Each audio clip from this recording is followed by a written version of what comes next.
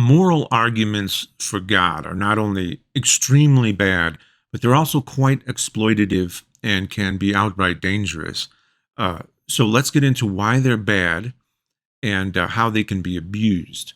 Now, there are three main assertions theists usually make regarding God's relation to morality. One, God is the basis of morality. Two, morality could not arise naturally. And three, without God, there is moral decline. Now, these three concepts are not only extremely false, but have also been used to manipulate people and demonize people for thousands of years. To perpetuate these concepts is to participate in their immorality, ironically, while claiming to have the moral high ground. Now, allow me to present you with a little thought experiment. Let's say that you are the only living thing in existence. No people, no animals, no plants, no insects, not even any artificial intelligence. It's just you, and you get all your energy from the sun.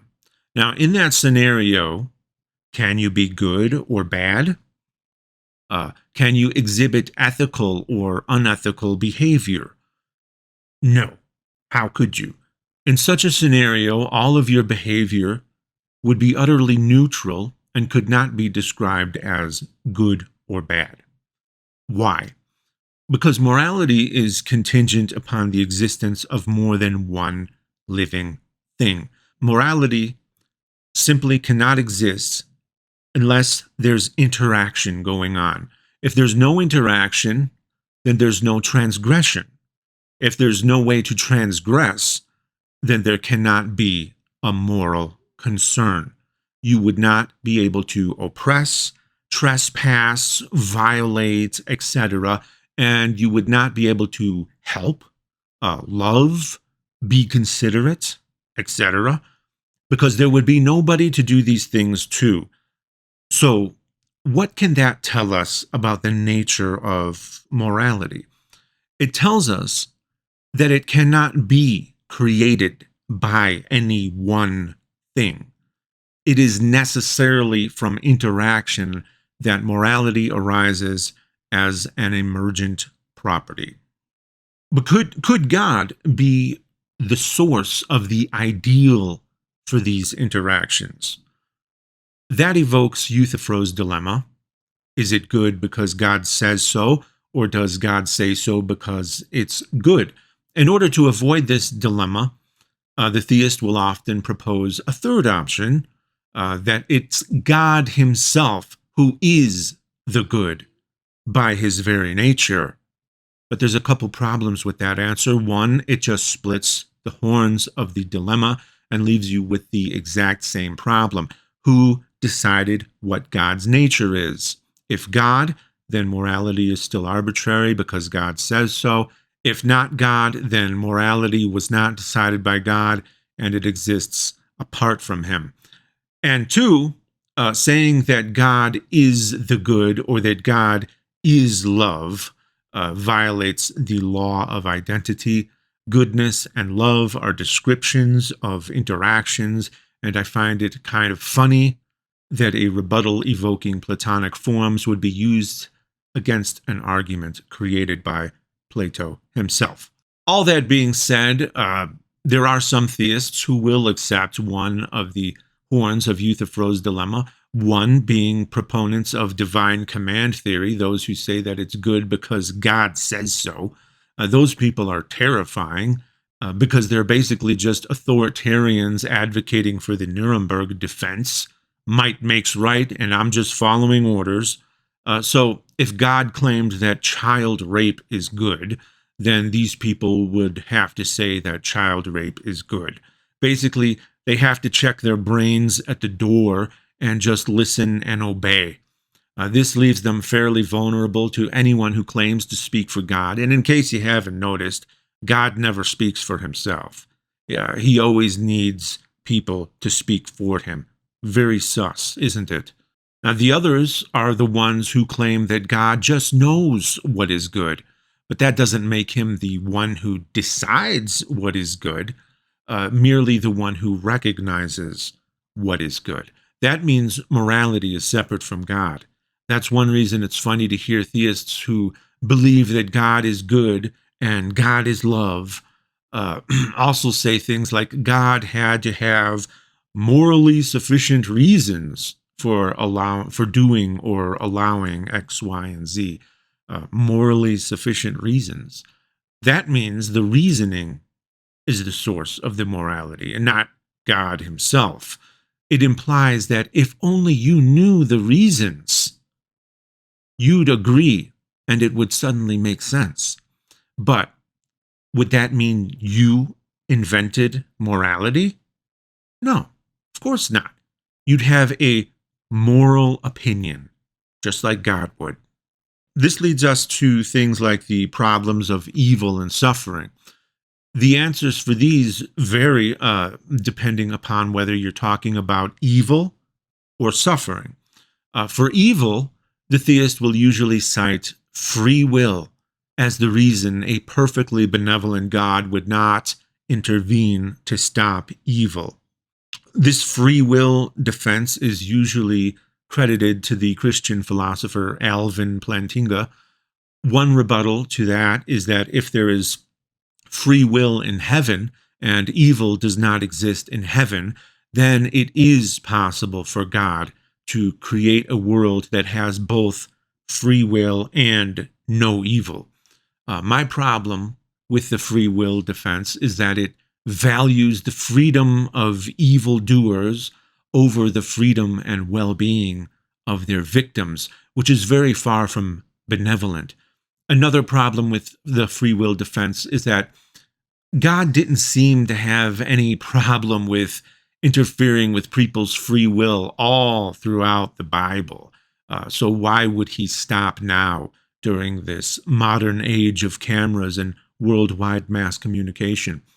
Furthermore, our free will is restricted in a plethora of ways by guardians, police, physical ability, etc.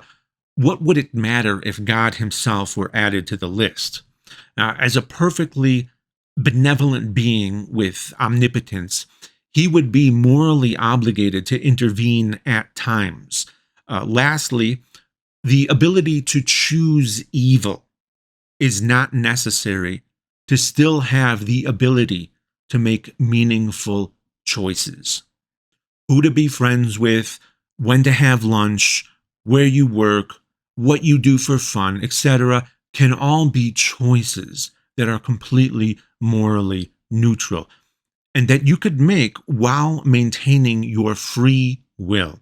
Now, if you woke up one day and wanted to do a mass shooting and God stopped you, is that really such a terrible violation of your free will? Would that mean that you are no longer able to make meaningful choices in your life? Killing a bunch of people and going to prison is what would actually stop you from being able to make meaningful choices with your life. So, perhaps an intervention from God could actually result in more free will, not less. What about suffering? Now, for suffering, the answer cannot be free will because suffering is often the result of something that happens beyond anyone's control, be it disease, natural disaster, or accidents.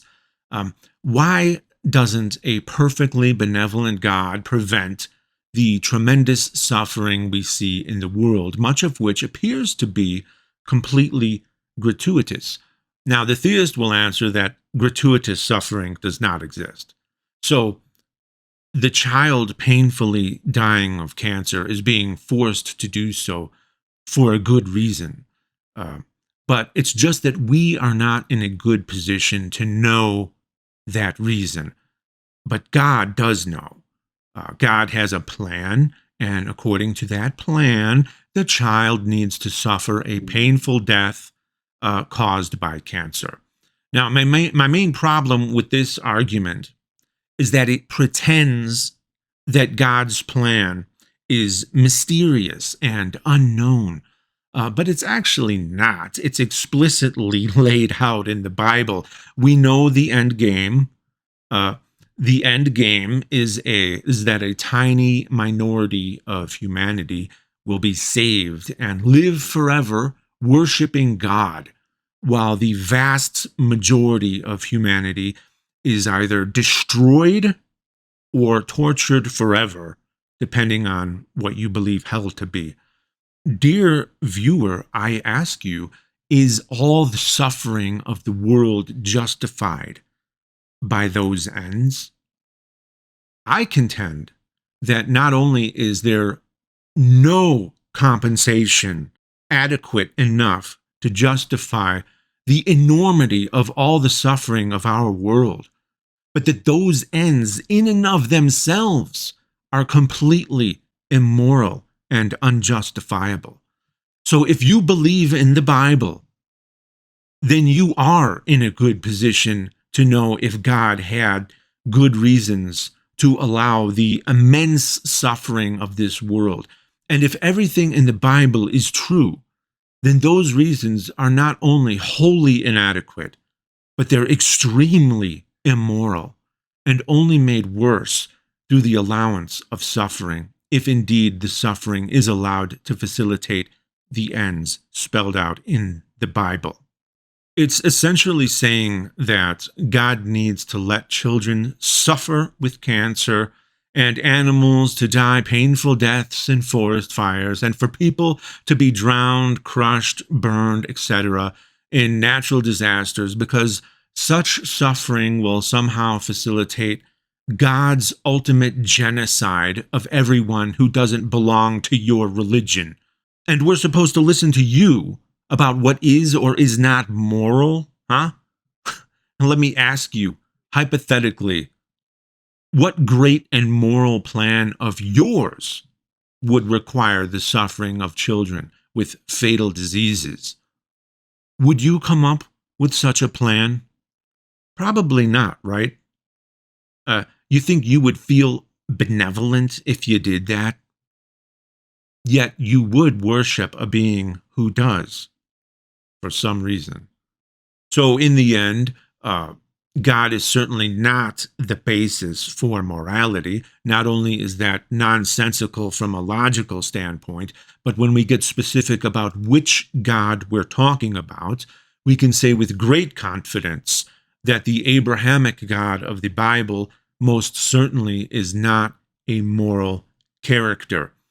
If there is a God, then that God could have a moral opinion, just like the rest of us, but there's no reason to believe it would be anything more than an opinion.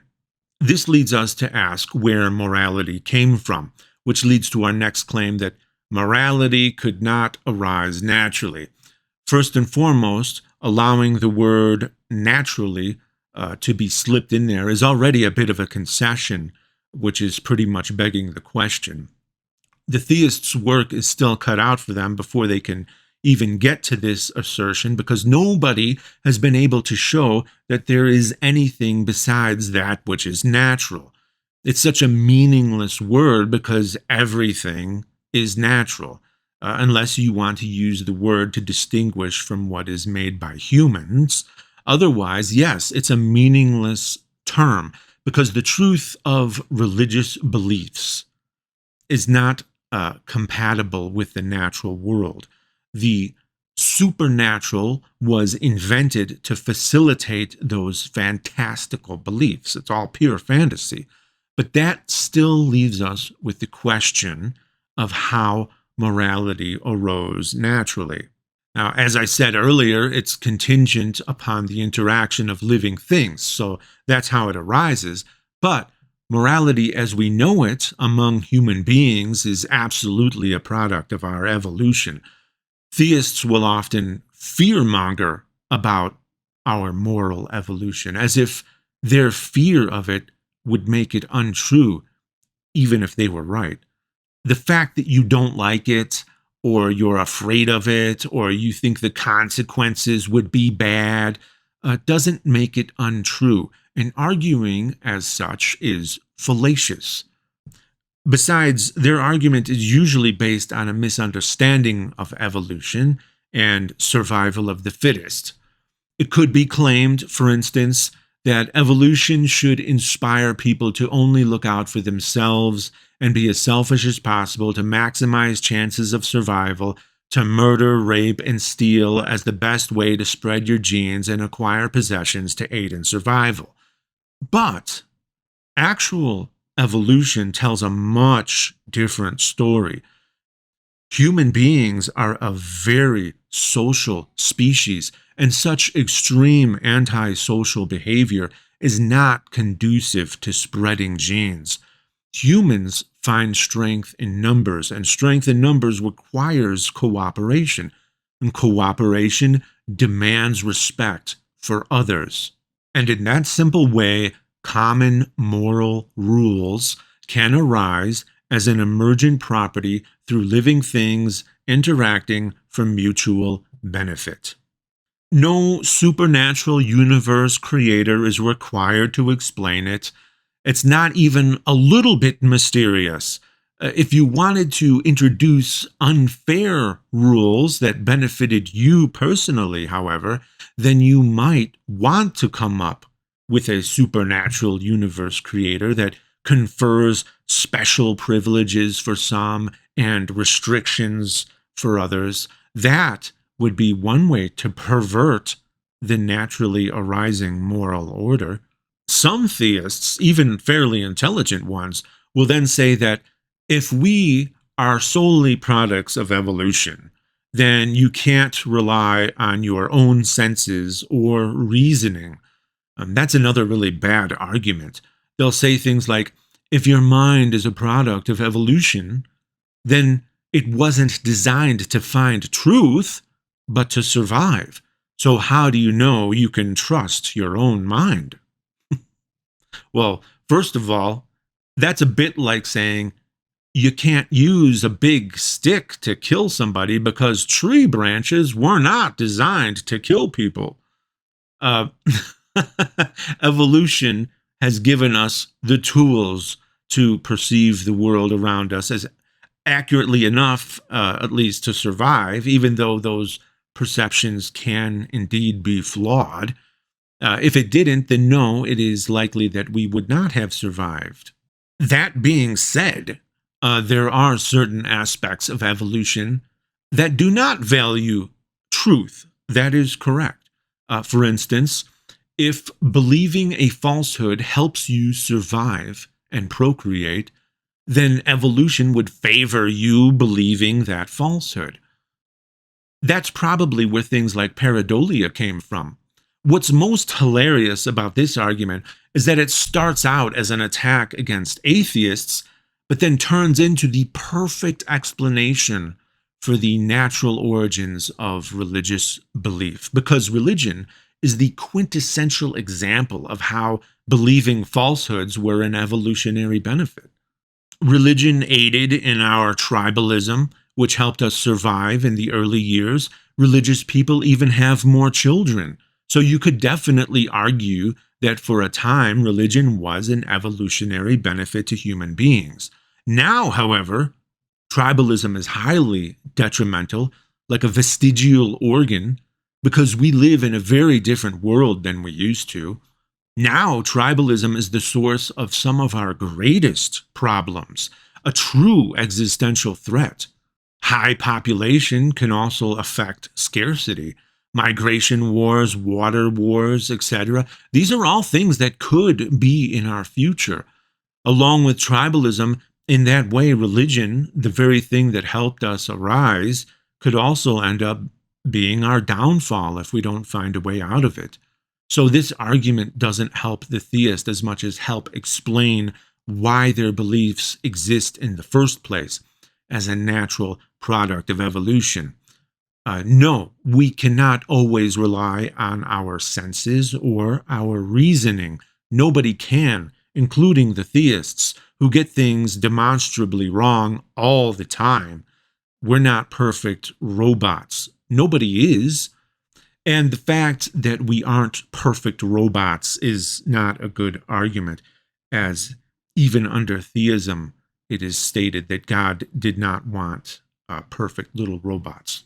Now let's try another little thought experiment. What would we expect the world to look like if religion were a product of evolution versus a product of God? Well, if evolution caused religion, then we would expect religions to be created by most societies around the world independently and throughout history.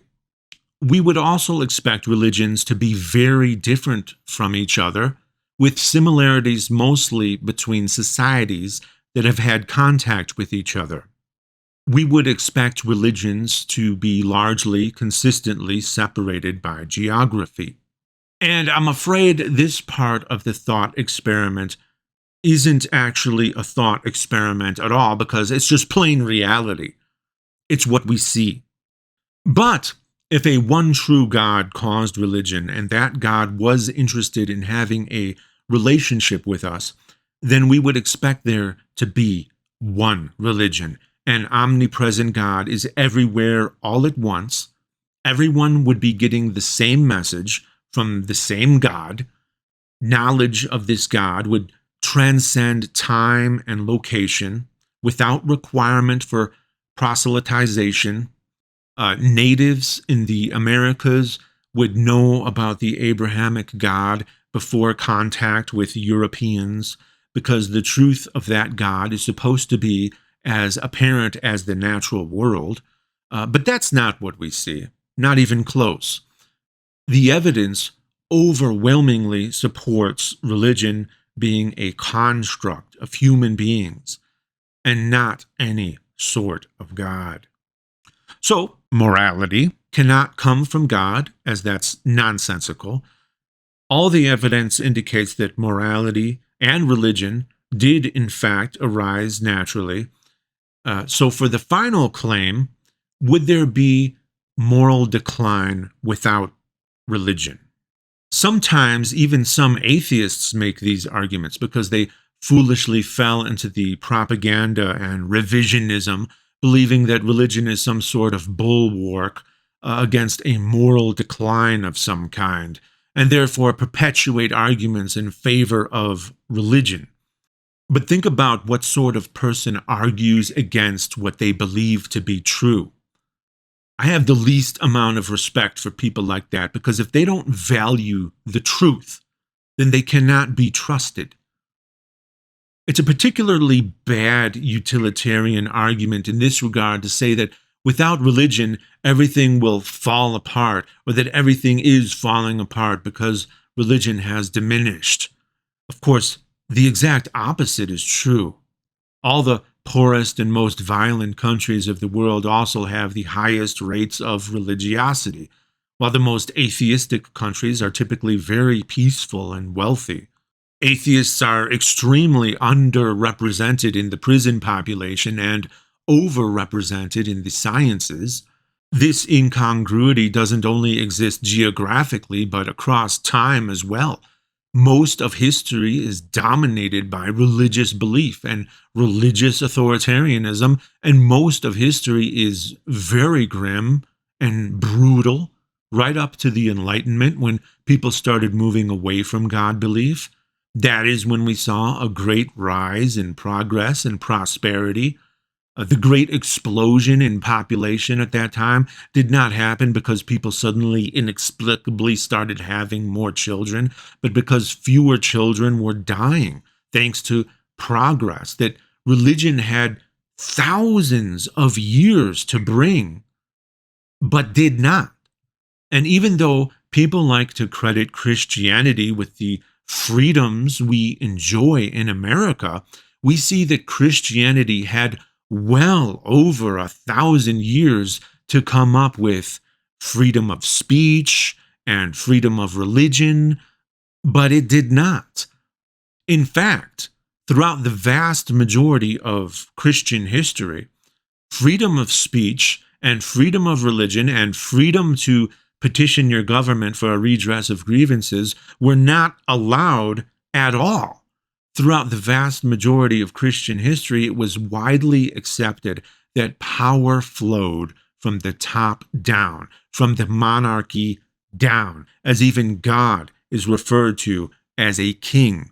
Now, the idea of a constitution and the people holding power over their government is not a Christian principle in any way. In fact, it is the perfect opposite. Not until we started focusing more on empiricism over mysticism did we experience rapid progress.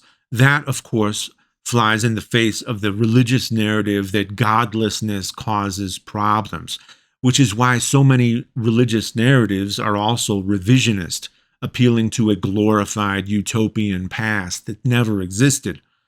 Now, a lot of religious people who want the country to become more religious are also the ones who complain about migrants, which is funny because those migrants are not atheists.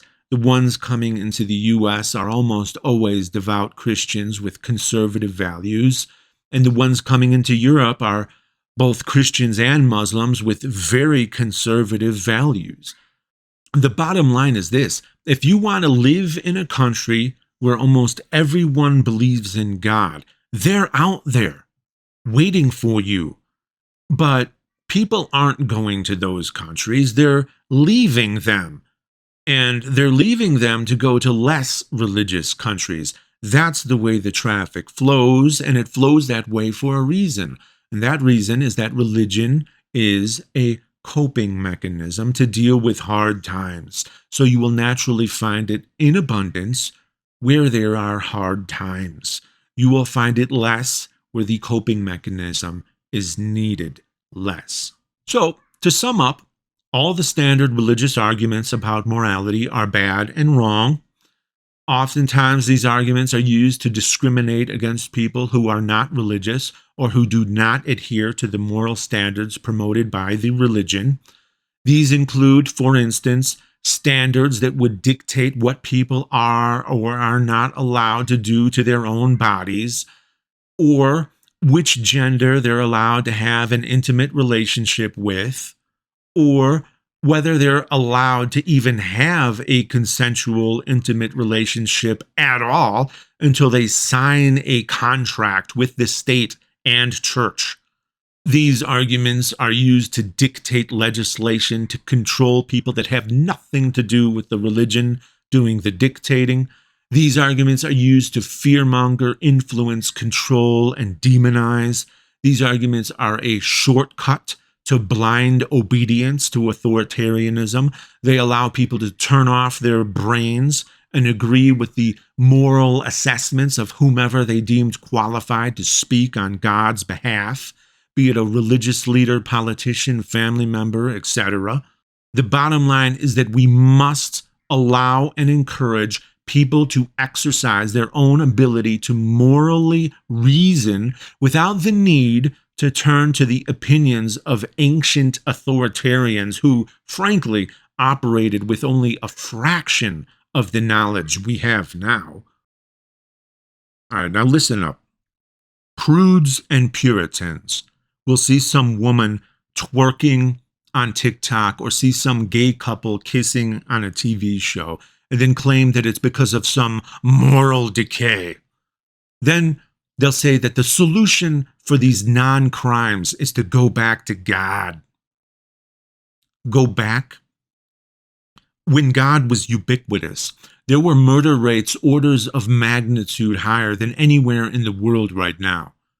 Just because of the things they said, people were tortured to death in the most morbidly imaginative ways the human mind can comprehend. Human beings were killing off huge percentages of their own population. Infant mortality was 50%. Life expectancy was less than a half what it is now. Life was brutal, filthy, violent, and disease-infested. Go back to God? I wish you could. I would build a time machine and send you back myself. I'd make a fortune selling you tickets to go back. I'd secretly film you trying to explain to someone in an Iron Maiden the tribulations of tolerating TikTok twerkers. Then I'd make another fortune selling you tickets to come crying back home to the fallen present. You'd be so terrified that you'd watch nothing but gay TV shows just to reassure yourself that you haven't gone back to God, back to the real moral decay.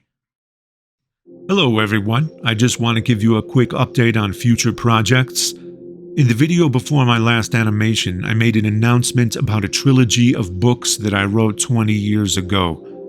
I was inspired to finally publish them, and I recently finished editing them. Now, these are original fantasy novels. The world, the problems, the people, even the flora and fauna are things directly from my imagination, things that I've toiled over for years. If you know my Power Corrupts series, you'll see that some of the elements of that series were inspired directly by what I wrote in these books. I'm currently working on the audio narration for Book 1, which I am going to upload to YouTube on this channel.